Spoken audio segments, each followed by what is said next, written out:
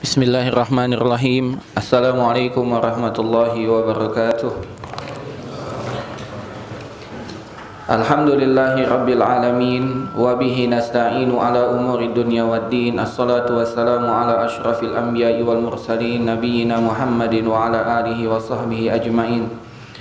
Qala Allah ta'ala ya ayyuhalladzina amanu taqullaha haqqa tuqatihi wa la tamutunna illa wa antum muslimun.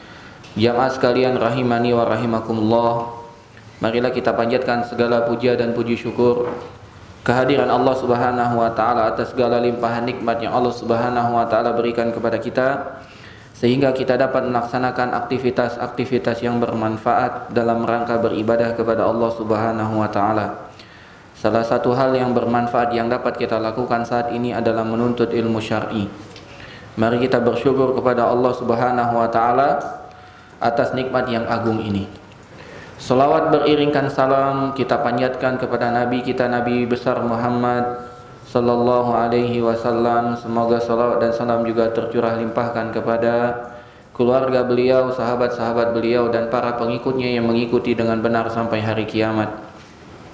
Jamaah sekalian rahimani wa rahimakumullah, alhamdulillah pada kesempatan malam hari ini kita dapat melanjutkan kajian kita pada pertemuan pembahasan bab adab dari kitab Minhajul Muslim yang disusun oleh Syekh Abu Bakar Jabir Al-Jazairi, yang mana pada pertemuan malam hari ini insyaallah kita akan membahas sebuah adab yang sangat penting untuk kita pelajari, yaitu adab ukhuwah fi sabilillah. Ukhuwah fi sabilillah atau ukhuwah fillah. Naam, al-ukhuwah fillah. Jamaah sekalian rahimani wa rahimakumullah, Nabi kita Muhammad sallallahu alaihi wasallam pernah bersabda, "Man ahabba lillah wa abghada lillah wa a'ta lillah wa mana'a lillah faqad istakmalal iman." Kata Nabi kita, Nabi besar Muhammad sallallahu alaihi wasallam, beliau bersabda, "Man ahabba lillah," barang siapa yang mencintai karena Allah, wa abghada lillah, dan barang siapa yang membenci karena Allah, wa a'ta lillah, dia memberi pun karena Allah, wa mana'a lillah, dan dia menahan diri untuk tidak memberi, itu juga karena Allah, faqad istakmalal iman, berarti keimanannya telah sempurna, berarti dia telah menyempurnakan keimanannya.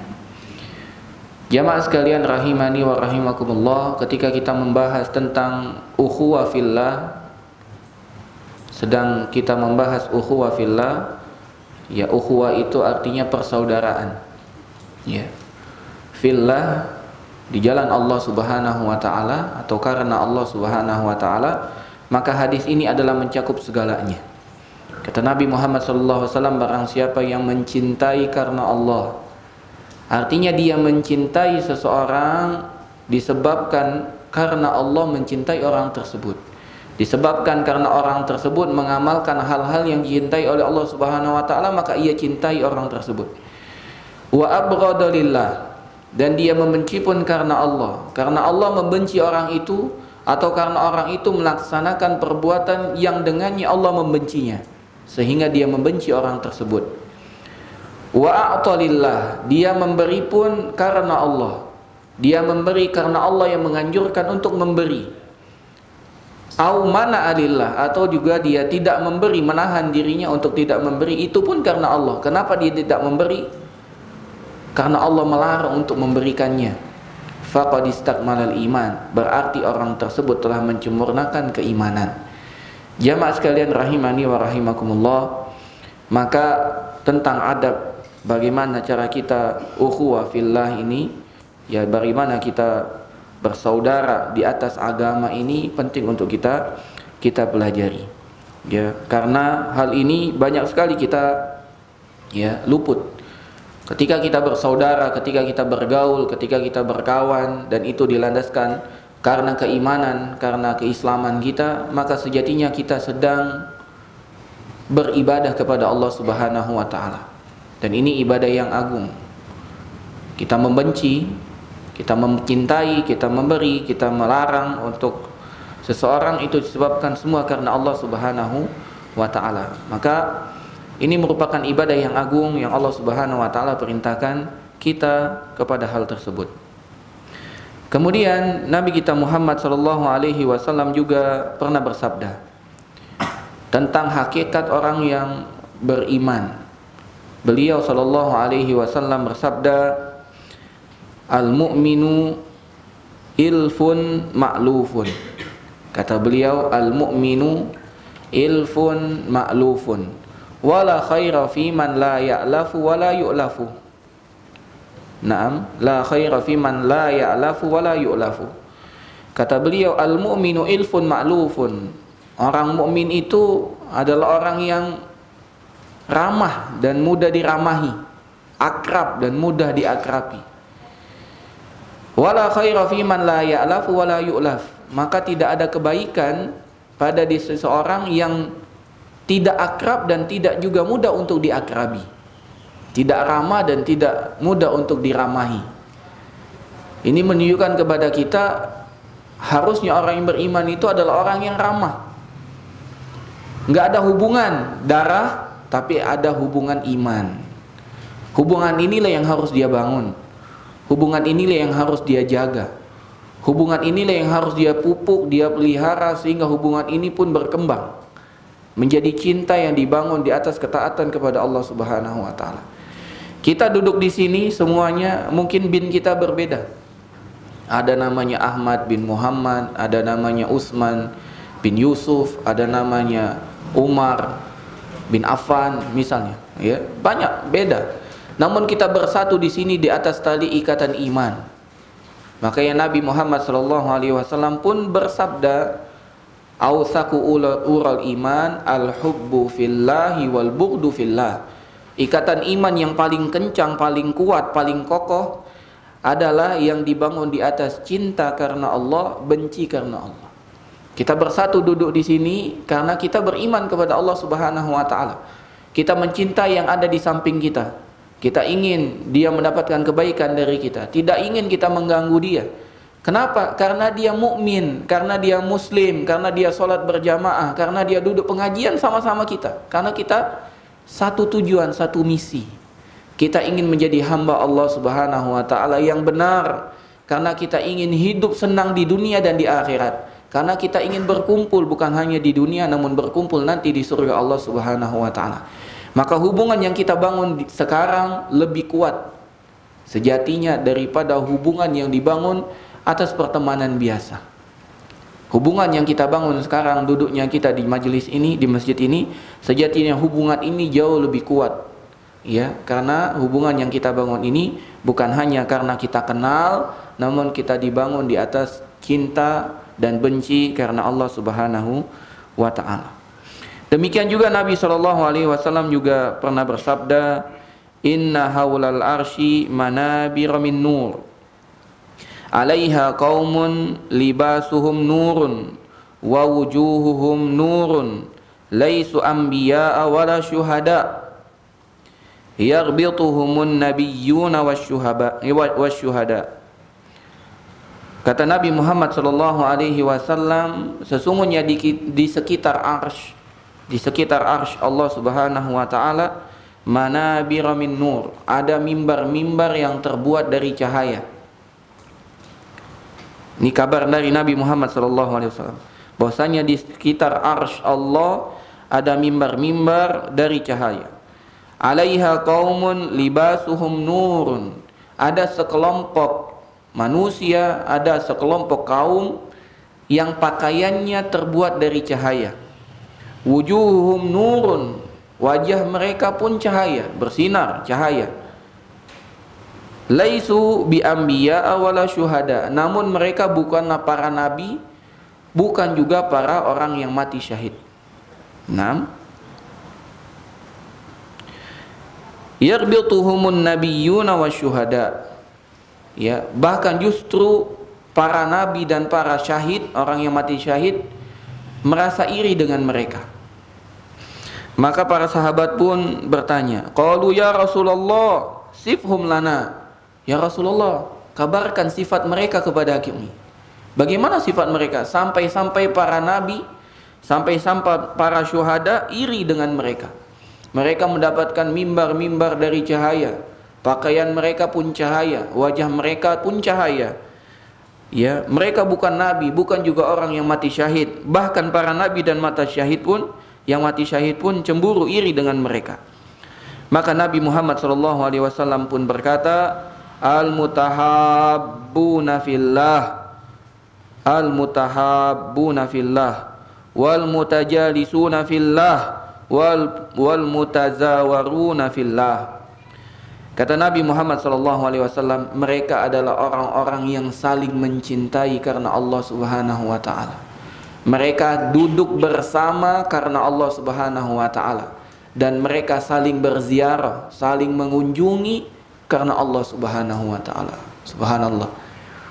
Kalau kita duduk bersama, saling mengunjungi, datang ke rumah ikhwan yang satu, tidak ada yang menyebabkan dia datang ke rumah ikhwan tersebut karena Allah, kecuali karena Allah.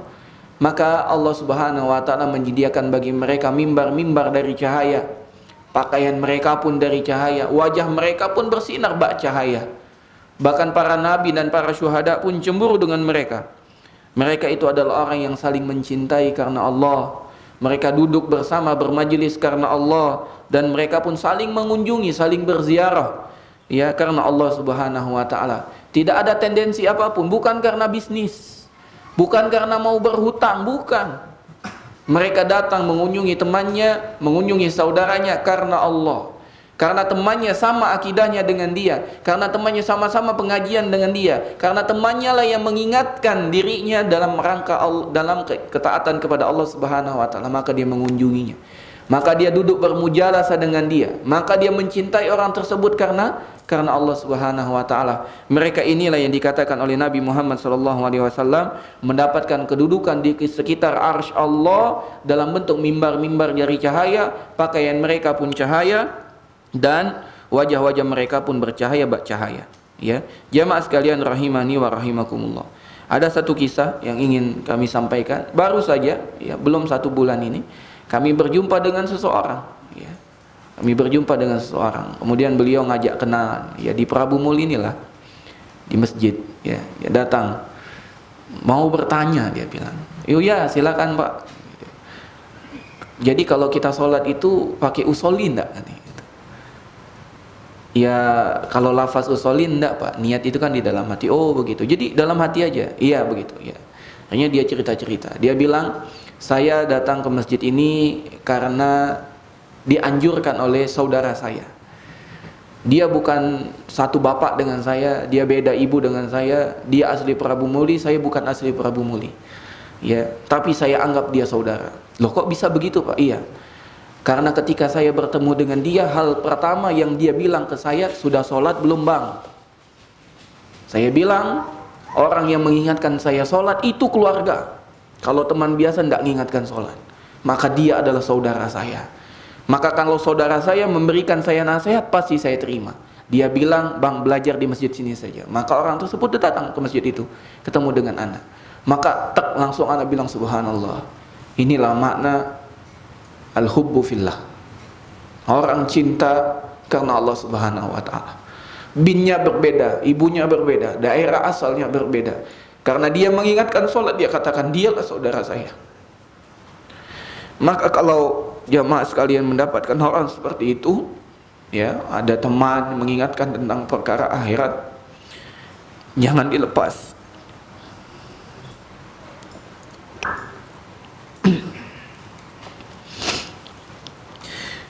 Jangan dilepas, itu mahal, ya. Kita hidup sekarang, orang punya kepentingan masalah dunia semata. Ya. Kita baik, dia baik dengan kita karena kita punya sesuatu yang dia harapkan, dan itu hanya perkara dunia. Dia baik datang ke rumah kita, dia kasih kita hadiah, itu hanya perkara dunia. Dia ingin bisnisnya lancar, dia ingin dapat pinjaman, dia ingin dapat rekomendasi, dia ingin yang lainnya. Dia dekat dengan kita karena maksud dunia. Tapi ada teman yang betul-betul mencintai kita karena Allah. Berat bagi mereka kalau kita tidak sholat. Gelisah hatinya kalau kita jauh dari Allah. Maka kalau ketemu teman seperti ini, jangan sampai dia pergi. Ikuti terus dia. Kalau dia hilang, tanya di mana dia. Jangan sampai kita jauh dengan orang yang baik seperti ini.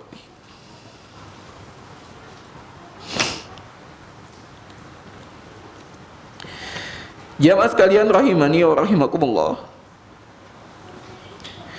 Demikian juga Nabi SAW juga bersabda, Inna Allah Ta'ala yaqulu, Allah Subhanahu wa Ta'ala berfirman, haqqat mahabbati lilladzina yatazawaruna min ajli, telah tetap cintaku bagi orang-orang yang saling mengunjungi karena diriku.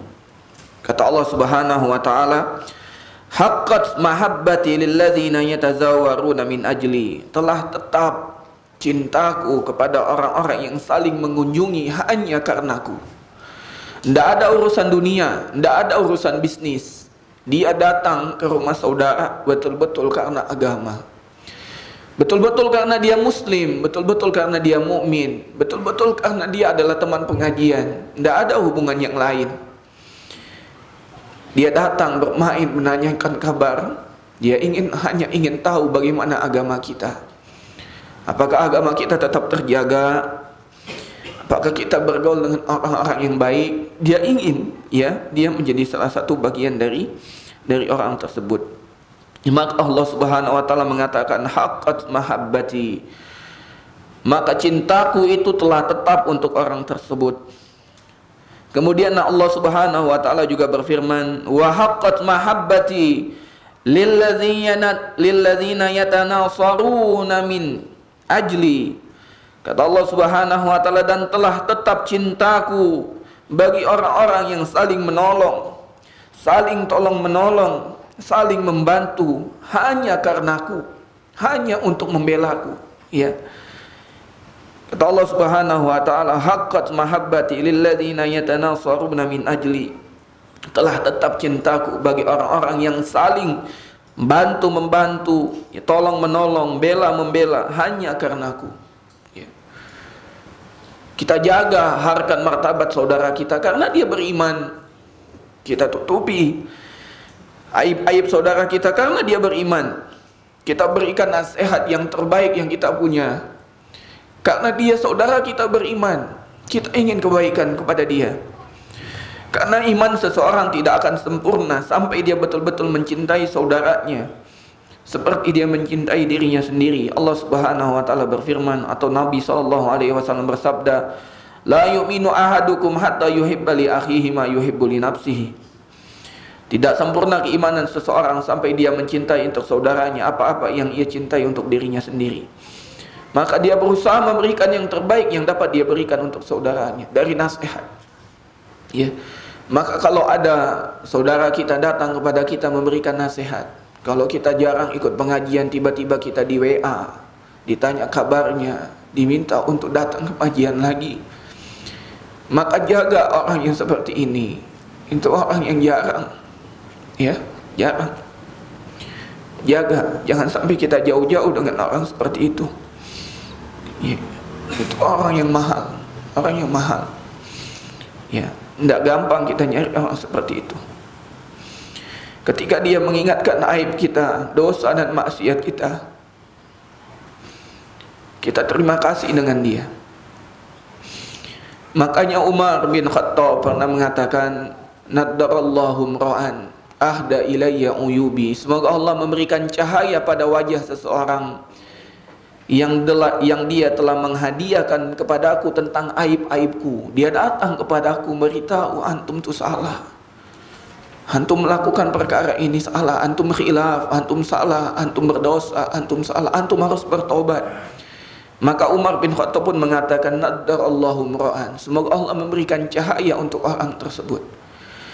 Maka ikhwan sekalian, kalau ada seorang yang memberikan nasihat kepada kita, ya bukalah dada kita ini.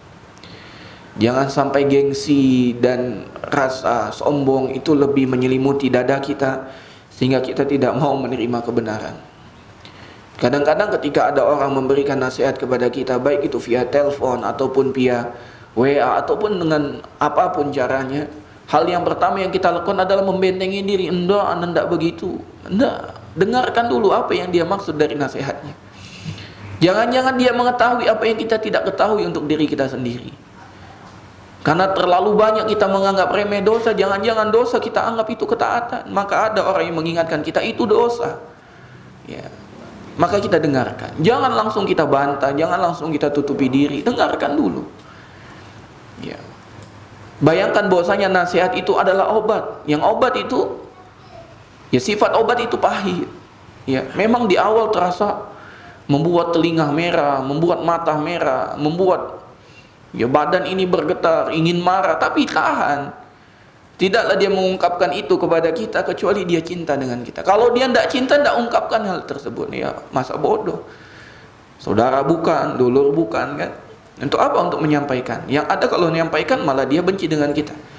Kalau orang mikir, tidak mampu dia memberikan nasihat, tapi karena dia cinta, memposisikan nasihat ini seakan-akan dia menasihati dirinya sendiri, dia lakukan. Dia kesampingkan semua hal tersebut. Lantas dia beranikan dirinya untuk memberikan nasihat. Maka terima orang seperti ini. Jangan sampai kita langsung pasang tameng, seakan-akan kita ini adalah orang terbaik yang tidak punya salah.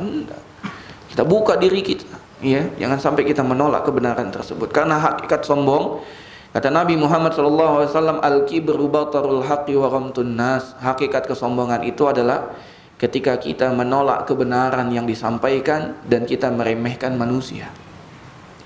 Hanya karena orang yang menasihati kita tersebut adalah orang yang dari segi ekonominya lebih rendah dari kita, lantas kita tolak. Itu sombong. Hanya karena dia pangkatnya lebih rendah daripada kita, kita tolak nasihatnya. Itu merupakan kesombongan. Kisah lain. Dan ini lebih luar biasa lagi. Lebih luar biasa lagi. Dan semoga Allah perbanyak orang seperti ini. Di sebuah perusahaan yang bonafit, yang kalau disebut namanya pasti kita semua tahu, ya, perusahaan emas terbesar yang ada di Indonesia ini. Seorang level manager, ya, ya, berwudu untuk sholat zuhur,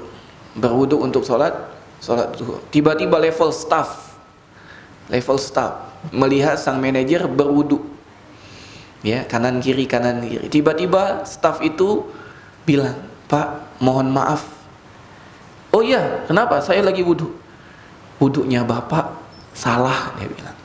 Maka manajer itu langsung stop, menegur manajer, mengatakan wudunya salah. Kira-kira kalau kita, Pak, kita yang manajer, Pak, apa yang kita lakukan, Pak?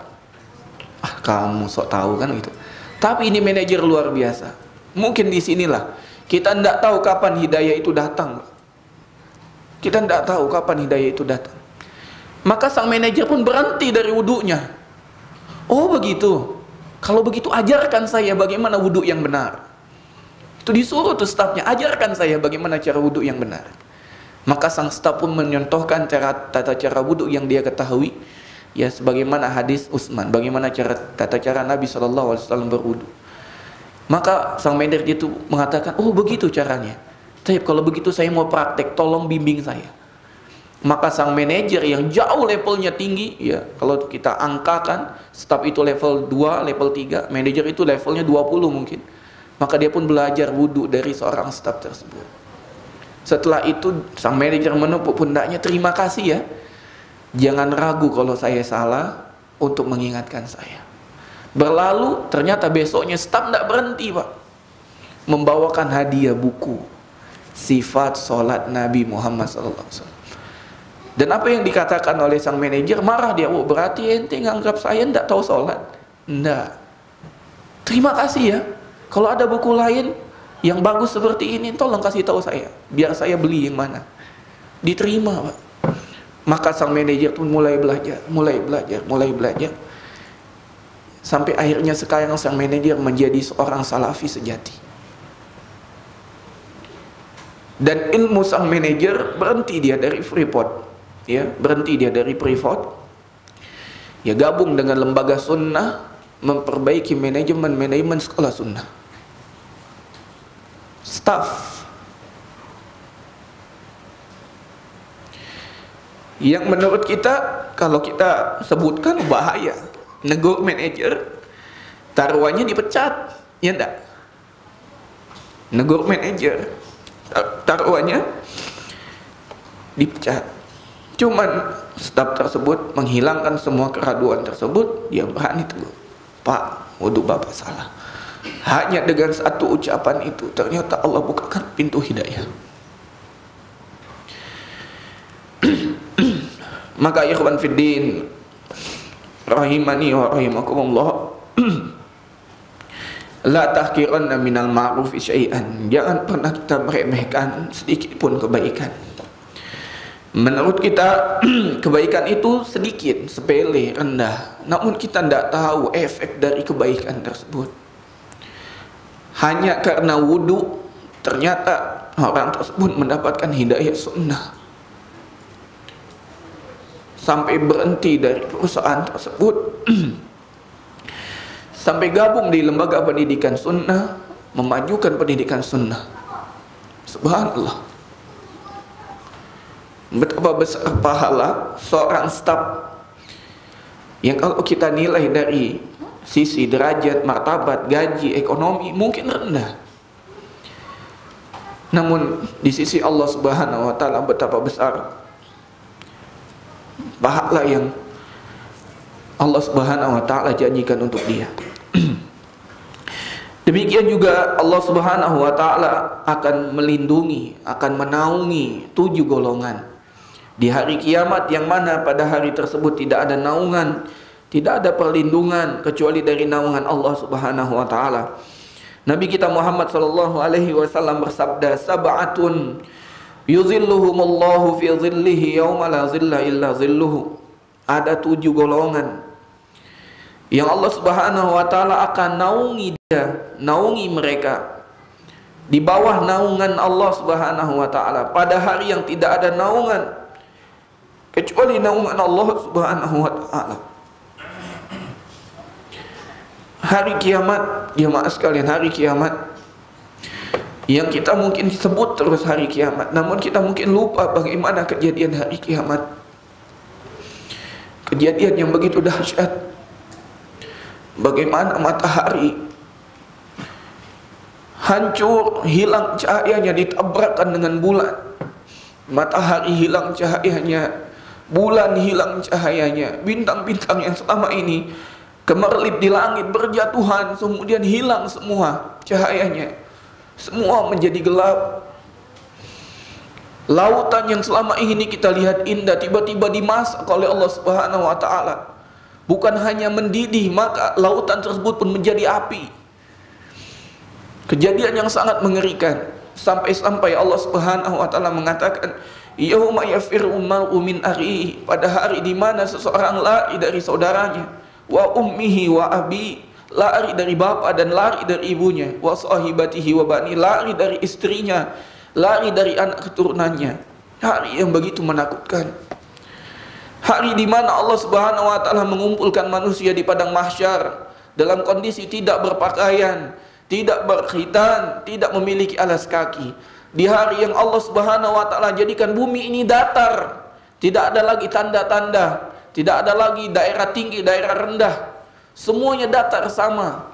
Semuanya manusia gerisah, semua manusia risau. Allah Subhanahu wa taala dekatkan matahari sampai 1 mil di atas kepala kita. Semua orang banjir keringat sesuai dengan dosa yang pernah dia lakukan. Sebagian banjir sampai lututnya, sebagian banjir sampai pinggangnya, sebagian tenggelam dengan banjirnya.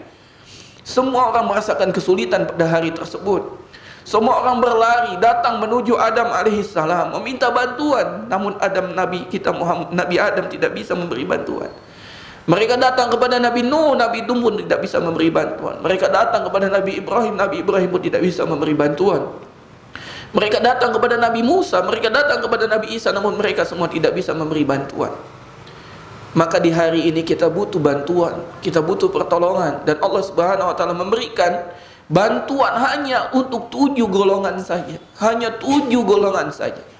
Kata Nabi Muhammad SAW, sab'atun Yuzilluhumullahu fi dhillihi yawma la dhilla illa dhilluh. 7 golongan yang Allah Subhanahu wa taala akan naungi di bawah naungannya di hari yang tidak ada naungan kecuali naungan Allah Subhanahu wa taala. Yang pertama, kelompok yang pertama adalah imamun adil, pemimpin yang adil. Kemudian Nabi SAW mengatakan syabun nas'a fi ibadatillah. Yang kedua adalah pemuda yang tumbuh, yang besar dalam rangka ibadah kepada Allah Subhanahu wa taala. Pemuda yang tumbuh dalam rangka ibadah kepada Allah Subhanahu wa taala, dia habiskan masa mudanya. Yang harusnya masa muda, sebagian orang menghabiskan masa muda untuk hura-hura. Ya, sebagaimana yang sering kita dengar, ya muda foya-foya mati masuk surga. Tidak bisa. Kalau mau masuk surga, muda tidak bisa foya-foya, muda dalam ibadah. Karena Nabi Muhammad SAW mengatakan syabun nasya fi ibadatillah, pemuda yang tumbuh dalam ketaatan kepada Allah Subhanahu wa taala. Maka kabar gembira bagi pemuda-pemuda yang hadir, teruslah antum menuntut ilmu, teruslah antum dalam jalan ini, karena ini adalah ibadah kepada Allah. Jangan jauh-jauh dari majelis ilmu, jangan jauh-jauh dari majelis ilmu, jangan jauh-jauh dari teman-teman yang baik, jangan jauh-jauh dari sholat berjamaah, jangan jauh-jauh, jangan. Karena antum semua, wahai pemuda, akan mendapatkan naungan di hari kiamat yang tidak ada naungan kecuali naungan Allah, dengan antum tumbuh dalam ketaatan kepada Allah. Yang ketiga, wa rajulun qalbuhu mu'allaqun bil masajid. Yang ketiga adalah seseorang yang hatinya selalu tertambat, tertaut dengan masjid. Yang ketiga adalah seorang yang hatinya selalu terpaut dengan masjid. Apa maknanya terpaut dengan masjid, terkait dengan masjid? Idza kharaja minhu hatta ya'uda ilaihi. Kalau dia keluar dari masjid, dia rindu, kapan lagi ya aku bisa ke masjid. Tidak ada yang dia rindukan kecuali balik ke masjid. Tidak ada tempat yang paling tenang baginya kecuali masjid.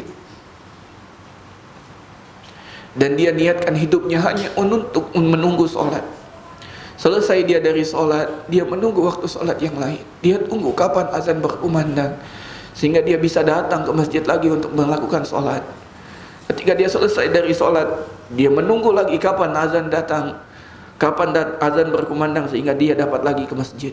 Inilah manusia yang nanti Allah Subhanahu wa taala akan berikan naungan di hari kiamat. Yang keempat, kata Nabi Muhammad SAW, dan ini merupakan syahid fokus utama kita pada pembahasan hari ini, warujulani tahabba fillah, 2 orang yang saling mencintai karena Allah. 2 orang yang saling mencintai karena Allah. Fajtama'a ala dzalika wa tafarraqa alaihi. Mereka berkumpul, mereka makin akrab, makin dekat, berjalan bersama, safar bersama, duduk bersama karena Allah. Wa tafarraqa alaihi, dan mereka berpisah pun karena Allah. Tidak ada yang memisahkannya kecuali dosa dan maksiat, dan itu pun karena Allah. Dan makna berpisah, dia tidak mau mengikuti temannya dalam dosa dan maksiat, bahkan dia ingatkan temannya agar kembali. Orang yang seperti ini yang akan mendapatkan naungan pada hari kiamat yang tidak ada naungan kecuali naungan dari Allah Subhanahu wa taala. Yang kelima, wa rajulun dzakarallaha khalian fafadat ainah. Yang kelima adalah seseorang yang dia mengingat Allah, berzikir kepada Allah Subhanahu wa taala khalian, hanya dia sendiri, tidak ada manusia melihat dia. Dia bersendiri, hanya dia dengan Allah Subhanahu wa taala. Dia mengambil waktu yang tidak ada manusia melihat dia. Dia mengambil tempat yang tidak ada manusia melihat dia. Kemudian dia mulai menyebut, berzikir kepada Allah. Dia ingat dosa-dosa yang dia lakukan. Dia ingat betapa kurangnya ibadah yang ia lakukan. Tanpa terasa fafadat ainah, maka air matanya pun bercucuran tanpa ia sadari. Makin dia ingat, makin banyak air matanya bercucuran. Makin dia mengingat Allah, makin banyak dia menangis. Makin banyak dia mengingat Allah, makin banyak cucuran air matanya keluar. Orang yang seperti ini yang akan mendapatkan naungan di hari kiamat yang tidak ada naungan kecuali naungan Allah Subhanahu wa taala. Yang keenam, wa rajulun da'athu imra'atun zatu hasabin wa jamalin Yang keenam adalah seorang laki-laki yang dipanggil oleh seorang perempuan, dan perempuan ini memiliki nasab yang bagus, kedudukan yang bagus, dan juga memiliki kecantikan. Diundang, dipanggil. Sebagaimana Nabi Yusuf diundang, dipanggil, digoda. Namun laki-laki itu mengatakan, inni akhafullah, sesungguhnya aku takut kepada Allah Subhanahu wa ta'ala. Dia tinggalkan wanita cantik ini. Kebanyakan laki-laki yang menggoda, Pak. Sekarang wanita yang menggoda. Dipanggil, ayo sini. Tidak usah bayar mahar, ayo sini langsung. Ya. Tidak usah lagi mikir-mikir, langsung saja. Namun dia mengatakan, inni akhafullah, aku takut dengan Allah Subhanahu wa ta'ala. Aku takut. Ya. Dan tidak ada orang di antara kita ini merasa aman dari fitnah wanita, tidak boleh. Karena kata Nabi Muhammad SAW, ma taraktu fitnatan asyaddi 'ala rijal minan nisa. Tidak ada ujian, tidak ada cobaan yang paling dahsyat aku tinggalkan bagi laki-laki kecuali ujian wanita. Walaupun kita sudah beristri, walaupun istri kita 2, walaupun istri kita 3, walaupun istri kita 4, enggak. Ujian wanita tetap begitu dahsyat bagi laki-laki. Maka hendaklah bertakwa. Bukan hanya yang pengajian, bahkan ustadznya bertakwa kepada Allah Subhanahu wa ta'ala. Jangan dianggap bahwasanya ustadznya bebas fitnah. Nabi Yusuf, Nabi. Nabi Yusuf, Nabi. Tidak lepas dari fitnah wanita. Kalau bukan karena petunjuk dari Allah Subhanahu wa ta'ala, maka telah terjerumus dalam hal dosa dan maksiat tersebut. Maka marilah kita bertakwa kepada Allah. Bertakwa kepada Allah Subhanahu wa ta'ala. Selalu merasa diawasi Allah, muraqabatullah. Kita hidup di zaman keterbukaan sekarang. Ya, mungkin kita tidak bisa tatap muka secara langsung, tapi kita bisa tatap HP. Bertakwa kepada Allah Subhanahu wa ta'ala. Ya, dengan terbukanya media yang terjadi sekarang, ya makin besar kemungkinan untuk melakukan dosa dan maksiat. Sebagaimana kebaikan pun tersebar. Ya. Seperti sekarang, kita kajian sekarang, orang di negeri manapun telah bisa menyaksikan kajian ini. Namun ingat juga, bahwasanya dosa dan maksiat juga terbuka dengan lebar. Apapun yang ingin kita lakukan bisa. Ya. Nauzubillahi min dzalik. Sekarang banyak orang melakukan perbuatan dosa dan maksiat melalui handphone. Apapun namanya yang disebut dengan orang zaman sekarang. Ya. Telepon, hubungan dengan telepon dan lain sebagainya. Bertakwa kepada Allah Subhanahu wa ta'ala. Tidaklah dibukakan ujian berupa media ini kecuali untuk kita makin bertakwa kepada Allah Subhanahu wa ta'ala. Sejatinya handphone ini bagaikan pisau bermata 2. Kalau kita gunakan dalam kebaikan, maka itu adalah sumber pahala. Tapi kalau kita gunakan dalam dosa dan maksiat, itu merupakan kebinasaan untuk kita. Maka setiap kita bertakwa kepada Allah, ingat bahwasanya kalau kita mampu bertahan di waktu godaan yang semakin besar memanggil-manggil kita, Allah janjikan untuk kita naungan di hari yang tidak ada naungan kecuali dari naungan Allah Subhanahu wa ta'ala. Yang terakhir, wa rajulun tasaddaqa bi shadaqatin fa akhfaha hatta la ta'lama shimaluhu ma tunfiqu yaminuh, yaitu seseorang yang bersedekah dan dia betul-betul sembunyikan sedekahnya. Dia jaga betul-betul jangan sampai ada orang tahu sedekahnya ini. Bahkan dia saking dia menyembunyikan sedekahnya tersebut, tangan kirinya pun tak tahu apa yang disedekahkan oleh tangan kanan. Ini mubalaghah, ini bentuk hiperbola. Ya, sampai-sampai tangan kirinya tidak tahu apa yang diinfakkan oleh tangan kanannya. Maka hendaklah kita betul-betul bertakwa kepada Allah. Ketika kita bersedekah, ini bukan harta kita. Ini harta Allah. Kita ini hanya diberikan titipan. Bukankah ketika kita menerima musibah kita mengatakan innalillah, sesungguhnya kami ini milik Allah, bahkan harta kami milik Allah. Jangankan harta, diri kami saja milik Allah. Bagaimana mungkin kita akan berbangga diri dengan sedekah yang kita keluarkan? Aku sedekah 1 juta, 2 juta, 3 juta, itu harta Allah yang Allah Subhanahu wa ta'ala titipkan kepada kita. Maka jangan pernah kita menganggap diri kita sudah banyak amal. Salah satu tanda kebaikan seseorang, dia selalu ingat dengan dosanya sehingga dia tidak mengulangi dosa tersebut, dan dia lupa dengan kebaikannya sehingga dia selalu termotivasi untuk melakukan kebaikan-kebaikan tambahan. Ini salah satu tanda kebaikan seseorang. Lupa dengan kebaikannya sehingga dia terus ingin melakukan kebaikan karena seakan-akan dia tidak punya kebaikan. Dan dia selalu ingat dengan dosa dan maksiatnya. Seakan-akan dosanya ini tidak pernah diampuni oleh Allah Subhanahu wa taala sehingga dia tidak mau lagi melakukan dosa dan maksiat. Mungkin ini dulu yang dapat disampaikan. Mari kita dengar dahulu azan Isya. Wallahu a'lam bishawab. Wassallallahu ala nabiyyina Muhammadin wa ala alihi washabihi ajmain. Assalamualaikum warahmatullahi wabarakatuh. Bismillahirrahmanirrahim. Alhamdulillahi rabbil alamin. Assalatu wassalamu ala asyrafil anbiya'i wal mursalin nabiyyina Muhammadin wa ala alihi washabihi ajmain. Kita lanjutkan. Demikian juga Nabi SAW juga pernah bersabda, menceritakan tentang suatu tentang suatu kejadian yang begitu menakjubkan. Beliau SAW bersabda, inna rajulan zara akhan lahu fillah. Sesungguhnya ada seseorang yang berkunjung kepada saudaranya, ya, kepada saudaranya, dan saudaranya itu adalah dibangun atas keimanan, ketakwaan kepada Allah Subhanahu wa taala. Bukan karena hubungan karib kerabat, bukan.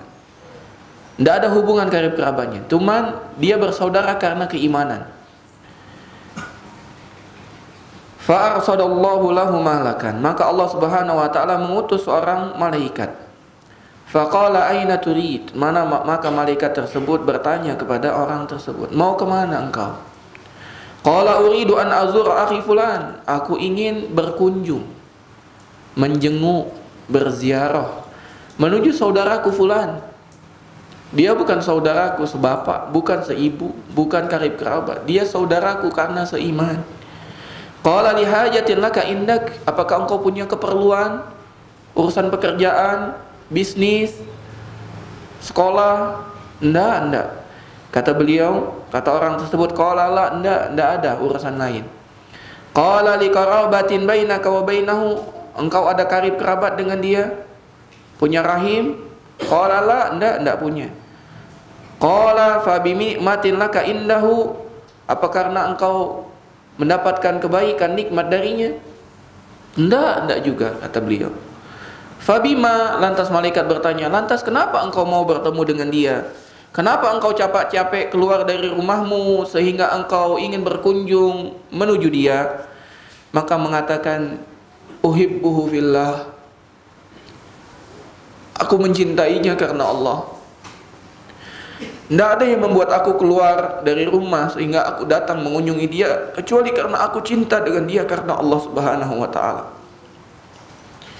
Qal, maka malaikat itu pun mengatakan, fa innallaha arsalani, maka kabarkanlah kepada dirimu, sesungguhnya Allah Subhanahu wa taala mengutus aku ilaika, kepadamu, ukhbiruka, aku memberikan kabar kepadamu, bi annahu yuhibbuka li hubbika iyyahu, bahwasanya Allah telah mencintaimu karena engkau telah mencintai orang tersebut karena Allah Subhanahu wa taala. Wa qad aujaba lakal jannah, dan Allah telah mewajibkan engkau masuk ke dalam surga. Subhanallah. Ini sebuah hadis yang memberikan kita anjuran untuk saling mengunjungi kepada saudara kita, bukan karena faktor yang lain, hanya karena kita ingin berziarah. Dikisahkan ada seseorang sahabat atau tabi'in menempuh perjalanan 1 bulan. Tidak ada yang menyebabkan dia untuk keluar kecuali untuk mengamalkan hadis ini, karena dia cinta kepada saudaranya tersebut karena Allah, dan dia ingin dikatakan bahwasanya Allah telah mencintai dia dan Allah Subhanahu wa taala telah mewajibkan dia masuk ke dalam surga Allah Subhanahu wa taala. Jamaah sekalian rahimani wa rahimakumullah, lantas pertanyaannya, teman yang seperti apa yang dapat kita jadikan sebagai saudara dalam agama ini? Teman seperti apa? Minimal ada 4 sifat yang dengannya kita dapat memilih, ya, teman yang dapat kita jadikan sebagai saudara seagama ini. Yang pertama, hendaklah teman tersebut berakal. Dia pandai dan cerdik. Dia berakal, pandai dan cerdik. Artinya dia bukan orang yang bodoh. Kenapa? Karena dia kalau bodoh, walaupun niatnya baik, bisa mencelakakan. Maka pilihlah teman yang pintar, Kalau kita dapati teman kita kurang pintar, kita bimbing dia sampai pintar. Kita mohonkan kepada Allah Subhanahu wa taala agar Allah memberikannya taufik dan petunjuk. Yang kedua, hendaklah kita memilih teman yang dapat kita jadikan sebagai saudara adalah teman yang memiliki akhlak yang baik. Teman yang memiliki akhlak yang baik. Kenapa? Karena kalau teman kita hanya pintar, dia tidak memiliki akhlak yang baik, bisa jadi kepintarannya untuk mencelakakan kita, untuk menipu kita. Tapi kalau dia memiliki akhlak yang baik, dia akan menjaga kita. Yang ketiga, dalam memilih teman yang dapat kita jadikan sebagai saudara, hendaklah kita memilih teman yang bertakwa. Kenapa? Karena kalau dia bertakwa, dia akan selalu membimbing kita dalam kebaikan. Kalau kita lalai dalam kewajiban, dia ingatkan kita dalam melaksanakan kewajiban. Kalau ketemu nanya, sudah sholat belum? Kisah yang membuat anak luar biasa. Ya, tadi anak ceritakan, ketika bertemu dia nanya, udah sholat belum? Orang yang bertanya, saya sholat atau belum, itulah keluarga, itulah saudara. Ya, itulah orang yang bertakwa. Atau kalau kita dalam maksiat, dia akan mencegah kita jangan sampai kita bermaksiat. Kita ingin merokok, kemudian kita memiliki teman, kita ditahan ya, dipegang tangan kita, jangan. Mudarat, dosa, maksiat. Engkau mencelakakan dirimu sendiri dan mencelakakan orang lain, jangan. Ada yang lebih halal yang Allah Subhanahu wa taala berikan, berupa makanan yang lezat daripada rokok. Ya, rokok itu asap, hanya syahwat yang dipenuhi. Makan tidak ada. Apa yang dimasukkan ke dalam perut tidak ada. Hanya asap. Ya. Maka teman yang baik, yang bertakwa akan menangkap tangan kita, jangan sampai kita terjatuh dalam dosa dan maksiat. Yang ketiga, yang keempat, ya, teman yang seharusnya yang jadikan kita saudara adalah teman yang berpegang teguh dengan Al-Quran dan As-Sunnah. Teman yang berpegang teguh dengan Al-Quran dan As-Sunnah. Kenapa? Karena kalau teman yang berpegang teguh dengan Al-Quran dan As-Sunnah, yang dia terus berikan kepada kita sesuai dengan Al-Quran dan As-Sunnah. Berbeda dengan orang-orang yang tidak berpegang teguh dengan Al-Quran dan As-Sunnah. Mereka bermudah-mudahan untuk memberikan amalan-amalan yang tidak ada landasannya dari Al-Quran dan As-Sunnah. Hanya berdasarkan perasaan. Wah, zikir ini bagus, lakukan. Mana dalilnya? Yang penting bagus, lakukan. Maka pilihlah teman-teman yang berpegang teguh dengan Al-Quran dan As-Sunnah. Karena kalau kita tidak memilih teman yang berpegang teguh dengan Al-Quran dan As-Sunnah, dikhawatirkan kita terjatuh dengan teman-teman yang berpegang teguh dengan hawa nafsu dan dengan kesesatan dan dengan kebid'ahan. Maka pilihlah teman-teman yang berpegang teguh dengan Al-Quran dan As-Sunnah.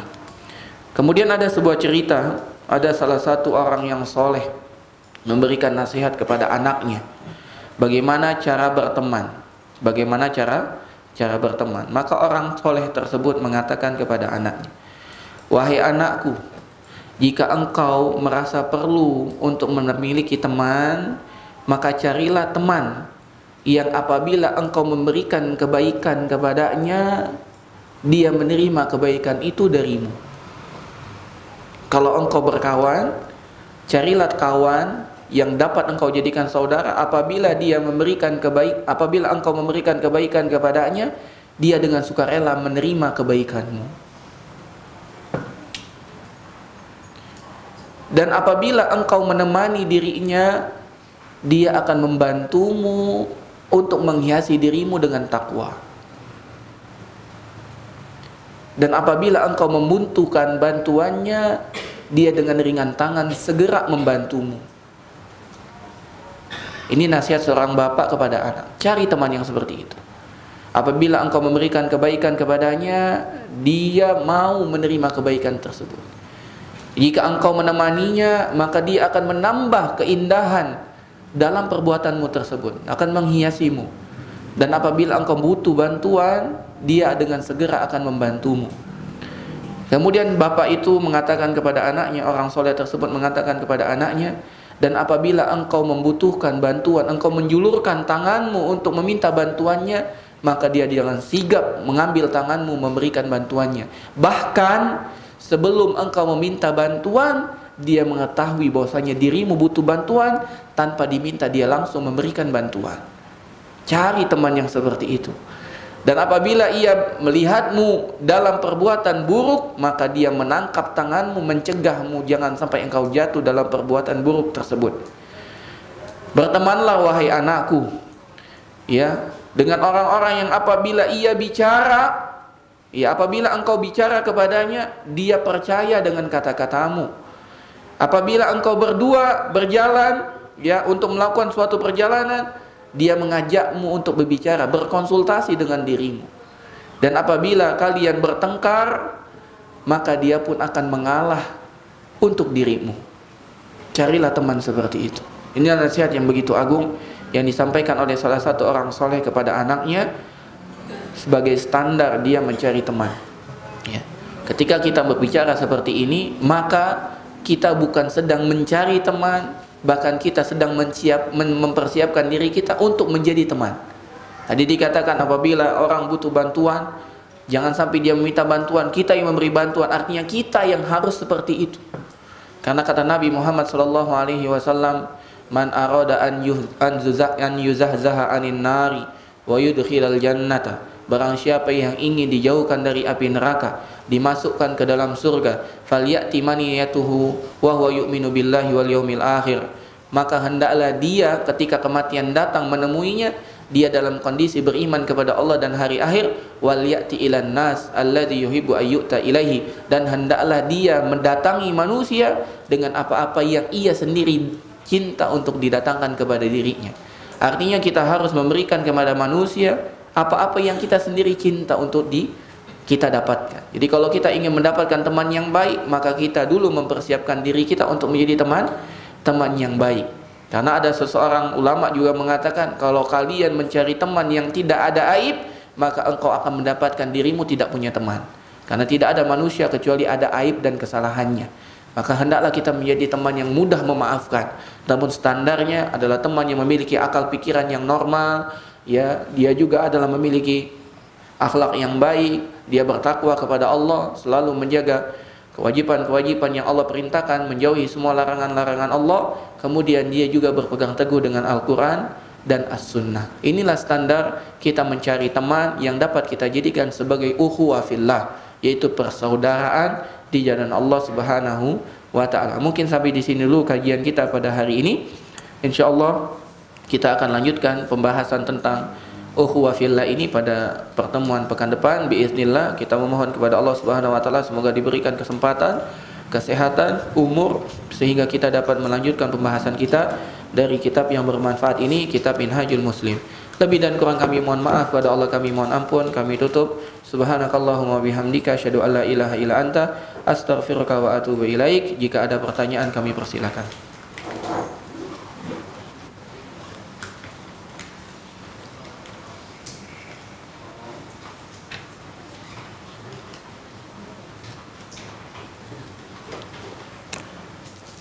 Ada Pak? Fadhil.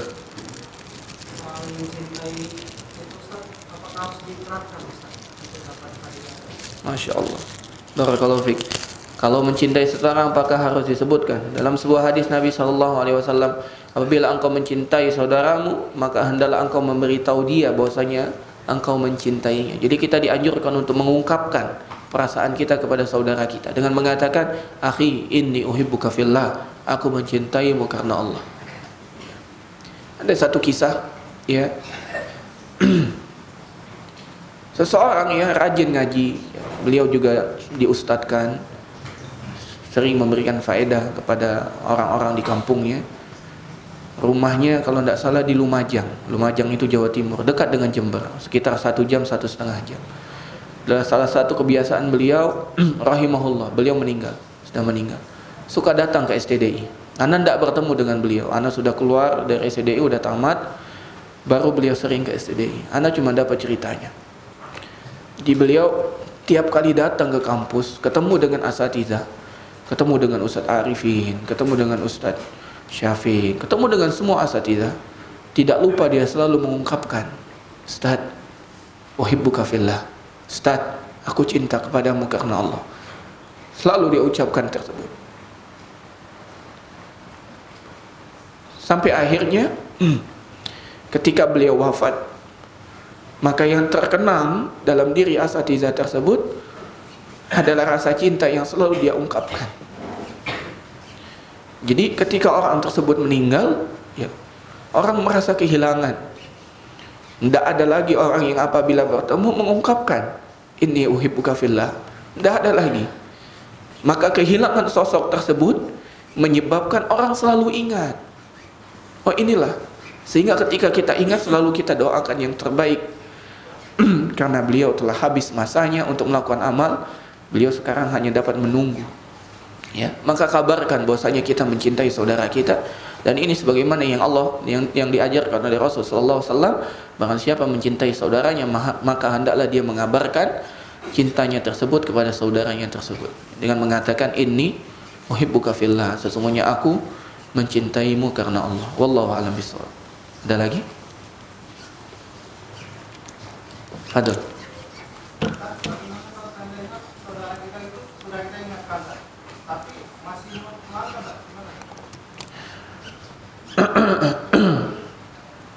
Kalau kita dapati teman kita setelah diingatkan dia masih ngulangi, mengingatkan, masih ngulangi, maka hendaklah kita terus mengingatkan. Terus mengingatkan.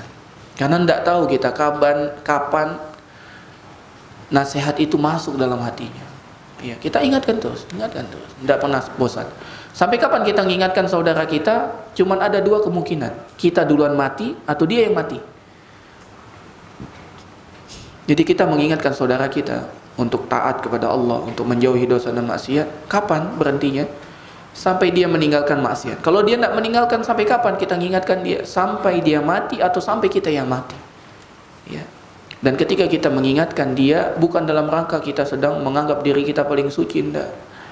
Allah Subhanahu wa taala berfirman, "Ya ayyuhalladzina amanu taqullaha wa qulu qawlan sadida yuslih lakum a'malakum wa yaghfir lakum dzunubakum." Allah Subhanahu wa taala berfirman, wahai orang-orang yang beriman, bertakwalah kepada Allah, katakanlah perkataan yang benar.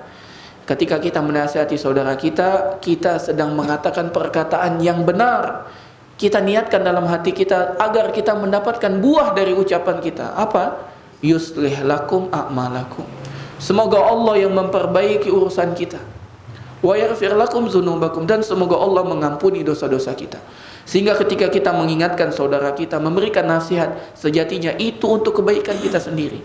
Allah perbaiki urusan kita, Allah ampuni dosa-dosa kita.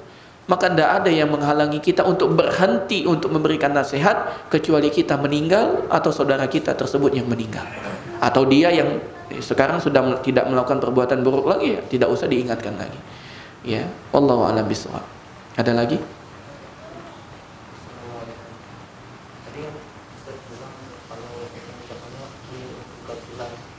Jawabannya apa? Jawabannya jadi ada jawabannya, Masya Allah. Jawabannya apa? Ada yang bisa bantu ana? Ahabbakallah alladhi ahbabtani fi. Ahabbakallah alladhi ahbabtani fihi. Semoga Allah mencintaimu yang mana engkau telah mencintaiku karenanya. Semoga Allah mencintaimu. Ahabbakallah, semoga Allah mencintaimu. Alladzi ahbabtani fihi, yang mana Allah telah menjadikan engkau mencintaiku karenanya. Jadi kalau kita diucapkan oleh seseorang, inni uhibbuka fillah, aku mencintaimu karena Allah, maka jawabannya adalah ahabbakallah alladzi ahbabtani fihi. Semoga Allah mencintaimu yang mana Allah telah menjadikanmu mencintaiku karenanya. Wallahu a'lam bishawab. Ada di buku doa, ada di Hisnul Muslim atau di doa dan wirid Ustaz Yazid ada doanya, bisa kembali ke sana. Atau di handphone, di aplikasi apa doanya juga ada. Atau di bekal Islam punyanya Ustaz Firanda juga ada, ya, tinggal dicari. Ada yang lain? Cukup? Alhamdulillah, kalau cukup kita cukupkan sampai di sini. Ana kabarkan kepada antum semua jamaah sekalian, ini uhibbuka fillah. Ada cinta dengan antum karena Allah.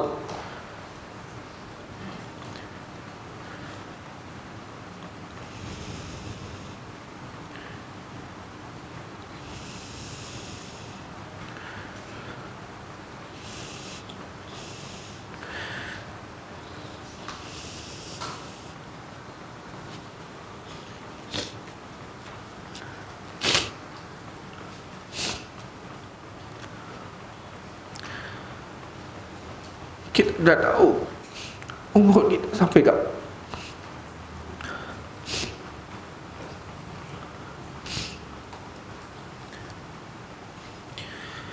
Semoga kita dengan saling mencintai, Allah berkenan mencintai kita, dan Allah berkenan memberikan kita naungan di hari yang tidak ada naungan kecuali naungannya. Ini uhibbukum fillah, ana cinta kepada antum semua karena Allah. Lebih dan kurang ana mohon maaf. Assalamualaikum warahmatullahi wabarakatuh.